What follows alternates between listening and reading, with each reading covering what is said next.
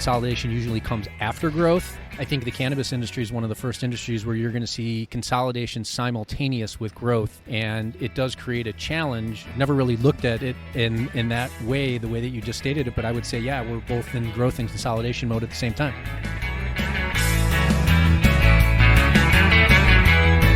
From MJBulls Media, it's the Raising Cannabis Capital Show.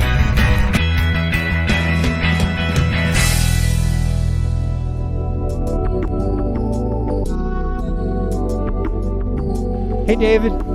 Hey, Dan, how you doing? Great. Today we're here with David Friedman, the CEO of VividGrow, and we're at the Cannabis World Congress Business Expo, so there's going to be a lot of noise in the background.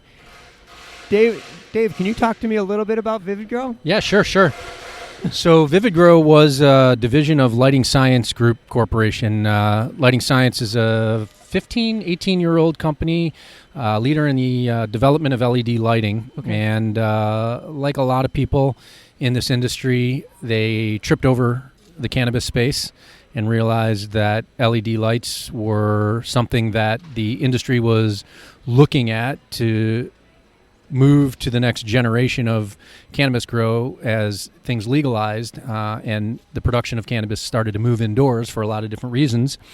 And so they sort of set up a bit of an experiment within the organization it's close to about 8 years ago, I think, and initially started manufacturing lights for some of the other popular brands. So initially we manufactured for Illumitex.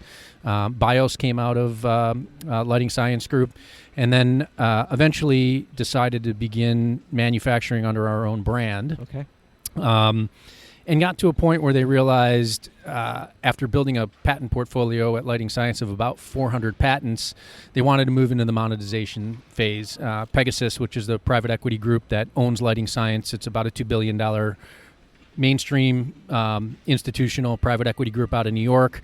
Decided to come out of the closet and said they were willing to back spinning off a company into the cannabis space. And so they were looking for somebody who had experience in venture, startup. That's how you got involved. Cannabis, yeah, and there's like 4 of us, I think, in the world who have that combination of experience, and the other 3 were busy, so I ended up getting the job. I've had some really good leadership and guidance from within the Pegasus organization, and we went out and did a couple of very small acquisitions on the software side. And that's been recent? Yeah, we closed one deal earlier this year.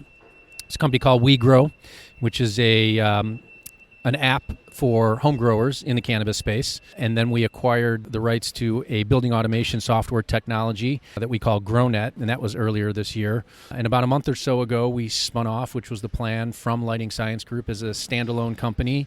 We raised capital from Pegasus and Merida, one other institutional cannabis private equity fund, probably the largest fund in the space, also based out of New York, with the idea of putting together a very aggressive M&A strategy, growth strategy, to take VividGrow, I think, aggressively to a run rate. I think our goal of about $100 million in the next 18 to 24 months. And so you're supplying the home grower and you're supplying the commercial grower with lighting for every stage of the growth?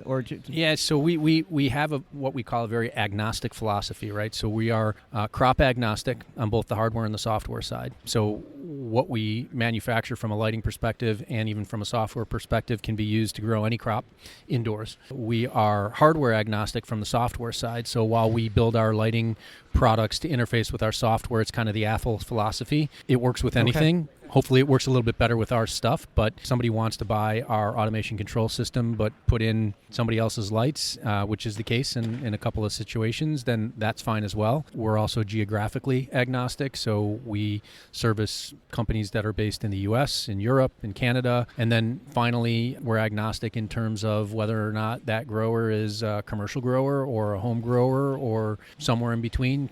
So right now, VividGrow's expanding through acquisitions. I guess that's probably the best way to say. Yeah, I mean, we're still laying the groundwork for our expansion plans, but acquisitions are going to be a very aggressive part of expansion. We don't have the time to grow organically. Even with an unlimited amount of capital, the space is just on fire, and it's moving too fast to sit and grow through organic growth. And so we know M&A has to be an integral part of our growth strategy. In some ways, you're sort of acting almost as a consolidator. Nobody's ever really put it that way, but I think that consolidation is something that is going to take place in this industry simultaneous to the growth of the industry, which is atypical. Coming out of the technology industry, consolidation usually comes after growth. I think the cannabis industry is one of the first industries where you're going to see consolidation simultaneous with growth, and it does create a challenge. I've never really looked at it in that way, the way that you just stated it, but I would say, we're both in growth and consolidation mode at the same time. What type of companies would you be targeting for acquisitions? We're looking for hardware and software companies that are technology-based. So we're not really looking to acquire shelving and racking, and those are our channel partners. Service-based companies that are consultative in nature. We work very closely with a group out of Florida called Higgins. We've struck a partnership with Grow Generation, which is a chain of about 20 hydroponic stores. We're looking more for technology-based hardware and software.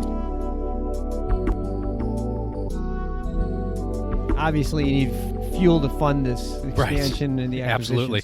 So you're into your next funding round. Tell us what you're raising and how people can get involved if they're interested. So one of the things that's also kind of interesting is that the reason that I agreed to take this job was that Pegasus was, in my opinion, the first institutional investment firm that agreed to step into the cannabis space. We've really focused on raising institutional capital, and for a couple of different reasons. Number one, we want larger check sizes, but number two, we want strategic investors, and not strategic investors in terms of how they're defined in the capital markets, a corporation that has a strategic role within a company, but strategic investors that can really help us get to the next level, people that are experienced in M&A transactions and that can help us accelerate the growth of the company. And so we haven't priced the round or settled on a target. I believe we're going to be somewhere between $8 and $15 million in this next raise. It's primarily going to go towards growth capital. We are under LOI with a company that I can't disclose at this point, but I'll maybe come back on and tell you when it's done. Okay. And so we'll need some growth capital and operating capital as well as some dry powder to continue to do more acquisitions. Obviously, you want to try to do some stock-based acquisitions. We're a private company, and I believe we expect to stay that way for the short term. Public companies in the cannabis space is a whole nother conversation, but we're going to need to continue to raise capital to execute an M&A strategy. And so our next round here is, like I said, it's going to be somewhere between 8 and 15 million, depends on how the LOI plays out and what type of capital we need to close that deal, and then how much more dry powder we want to have on hand to be able to move to the next ones. So if people are interested in getting involved with your growth, they should contact you directly? They can contact me. Merida, who's our institutional capital partner, is going to lead the raise. Through me, I can put them in touch with the guys at Merida who will do the initial kind of diligence around the right types of investors. And you're at David at VividGrow.com? Yeah, David at VividGrow, VividGrow.com. And I'm happy to talk to anybody. Well, we've been talking to David Friedman from VividGrow in a noisy hall at Cannabis World Congress Business Expo in Los Angeles. All of VividGrow's information will be on the MJBulls.com website. Absolutely. David, thanks for being with us. Yeah, my pleasure. Thanks for having me, Dan.